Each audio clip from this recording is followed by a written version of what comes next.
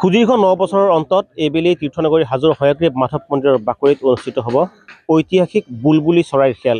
ইতিমধ্যে অসম চৰকাৰৰ কেবিনেটে SOP যোগে এই খেল অনুষ্ঠিত কৰাৰ বাবে পৰামৰ্শ আগবঢ়াইছে আৰু সেই অনুসৰি হাজোৰ হয়গ্ৰীৱ মাধৱ মন্দিৰ পৰিচালনা কমিটি সম্পূৰ্ণৰূপে সাজু হৈ উঠিছে। আমি এয়া যেনেদৰে সাজু হৈছে ইয়াৰ একবাৰ সামগ্ৰিক দৃশ্য দেখুৱাইছোঁ।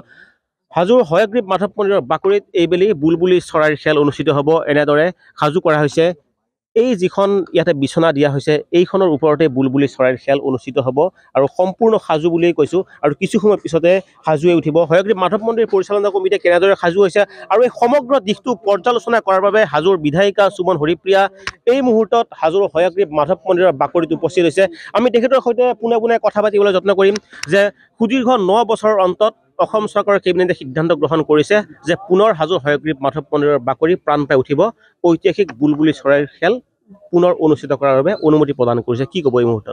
এইটো এটা ঐতিহাসিক সিদ্ধান্ত আৰু আমাৰ ধৰ্মপ্ৰাণ ৰাইজৰ ধৰ্মীয় যিটো চেণ্টিমেণ্ট সেইটো তেখেতে অনুভৱ কৰিব পাৰিছে মুখ্যমন্ত্ৰী মহোদয়। গতিকে ভাল লাগিছে। গতিকে এই পৰম্পৰা আকৌ আৰম্ভ হ'ব। ইমান দিন ধৰি বন্ধ হৈ থকা পৰম্পৰা 2015 চনৰ পৰা। গতিকে সেই বুলবুলি যুঁজ অসমৰ ৰাইজ নালাগে ভাৰতত এতিয়া জনপ্ৰিয় হ'বলৈ গৈ আছে। মুখ্যমন্ত্ৰী মহোদয়ে কালি যেতিয়া পৰম্পৰাগতভাৱে এতিয়া বুলবুলি যুঁজৰ শুভাৰম্ভণি কৰিব তেতিয়া গোটেই হাজোৰ ভক্তপ্ৰাণ ৰাইজৰ মন মানে ভক্তিভাৱেৰে উঠলি উঠিব। মুখ্যমন্ত্ৰী মহোদয় হাজোলৈ অহাৰ কথা আছে নেকি? মুখ্যমন্ত্ৰী মহোদয় হাজোলৈ আহিব, এই শুভ খবৰ দিয়া হ'ল। এই মুহূৰ্তৰ ডাঙৰ খবৰ, এইবেলি হয়গ্ৰীৱ মাধৱ মন্দিৰত অনুষ্ঠিত হ'বলগীয়া বুলবুলি চৰাইৰ খেল উদ্বোধন কৰিবলৈ অসমৰ মুখ্যমন্ত্ৰী ডক্টৰ হিমন্ত বিশ্ব শৰ্মা আহিব বুলি হাজোৰ বিধায়িকা সুমন হৰিপ্ৰিয়াই আনুষ্ঠানিকভাৱে ND24ক জনাইছে। কেতিয়া বাইদেউ কেতিয়া আহিব? অহাকালি আমাৰ সংক্ৰান্তিৰ দিনা যেতিয়া আমি আয়োজন কৰি থাকিম আমাৰ মেজি জ্বলোৱাৰ সময় ৰাতিপুৱা, তেতিয়া ৰাতিপুৱাই 10টা বজাত আমাৰ হয়গ্ৰীৱ মাধৱ মন্দিৰৰ মুখ্যমন্ত্ৰীৰ শুভ আগমন হ'ব আৰু বুলবুলি যুঁজৰ তেখেতে পৰম্পৰা আৰম্ভ কৰিব। আৰু সেই পৰম্পৰা আমাৰ জাতীয় সংস্কৃতি, জাতীয় ঐতিহ্য, জাতীয় পৰম্পৰা, আমাৰ হাজোৰ গৌৰৱ, আমাৰ হাজোৰ লুপ্ত হৈ যোৱা বা বন্ধ হৈ থকা ইমান দিনে সেই যুঁজ আকৌ আৰম্ভ হ'বলৈ গৈ আছে। গতিকে তেখেতলৈ আমাৰ সকলোৰে বহুত বহুত নমস্কাৰ, বহুত বহুত স্বাগতম। হয়গ্ৰীৱ মাধৱ মন্দিৰৰ গোসাঁই আমাৰ মুখ্যমন্ত্ৰী মহোদয়ক সদায় আশীষ কৰণ কৰক। হয়গ্ৰীৱ মাধৱ মন্দিৰলৈ কাইলৈ আহি আছে অসমৰ মুখ্যমন্ত্ৰী ডক্টৰ হিমন্ত বিশ্ব শৰ্মা। মন্দিৰ পৰিচালনা কমিটিৰ দলই আছে, কেনেদৰে আপোনালোক সাজু হৈছে? আমাৰ আজি এই বুলবুলি চৰাইৰ যিজন এই খেল বা যুঁজ এইখনত আমি আজি প্ৰায় 1 মাহৰ পৰা সাজু হৈছোঁ। 1 মাহ মানৰ পৰা কালি খেল চলিব, কালি 1 মাহৰ পৰা অলপকৈ গোটেই বুজা, কাৰণ চৰকাৰৰ লগতো কৰস্পণ্ডেঞ্চ কৰিব লগা হৈছে বহুত কিছু। SOP দিয়া আছে, SOP আপোনালোকে কেনেদৰে মানি চলিব? SOP আমি 100% মানিম। যিখিনি আছে ইতিমধ্যে আমি SOP আমি দিছোঁ, লগাই দিছোঁ।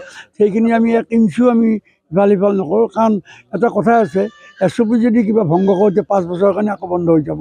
গতিকে আমি সেইটো SOP মানি চাওক, যদি SOP ভংগ কৰা যদি হয় পুনৰ বুলবুলি চৰাইৰ খেল বন্ধ হৈ পৰিব আৰু এই খেল যাতে বন্ধ নহয় হাজোবাসীয়ে কামনা কৰিছে। আৰু হয়গ্ৰীৱ মাধৱ মন্দিৰ পৰিচালনা কমিটিয়েও এই ক্ষেত্ৰত যি SOP জাৰি কৰা হৈছে SOP অনুসৰি এইবাৰ হাজোৰ হয়গ্ৰীৱ মাধৱ মন্দিৰৰ বাকৰিত অনুষ্ঠিত হ'ব ঐতিহাসিক বুলবুলি চৰাইৰ খেল। আৰু ইতিমধ্যে এই সমগ্ৰ দিশ পৰ্যালোচনা কৰাৰ বাবে হাজোৰ বিধায়িকাগৰাকী খুদ হয়গ্ৰীৱ মাধৱ মন্দিৰৰ বাকৰিত উপস্থিত হৈছে, যিহেতু কাইলৈ অসমৰ মুখ্যমন্ত্ৰী ডক্টৰ হিমন্ত বিশ্ব শৰ্মা ডাঙৰীয়া অহা কথা আৰু এই শুভক্ষণত হাজোবাসী উৎফুল্লিত হৈ পৰিছে। আমি কালি হয়গ্ৰীৱ মাধৱ মন্দিৰৰ বাকৰিৰ পৰা বুলবুলি যুঁজৰ সমগ্ৰ দৃশ্য ND24ৰ জৰিয়তে আমি অসমৰ দৰ্শকসকলক পোনপটীয়াকৈ দেখুৱাবলৈ যত্ন কৰিম।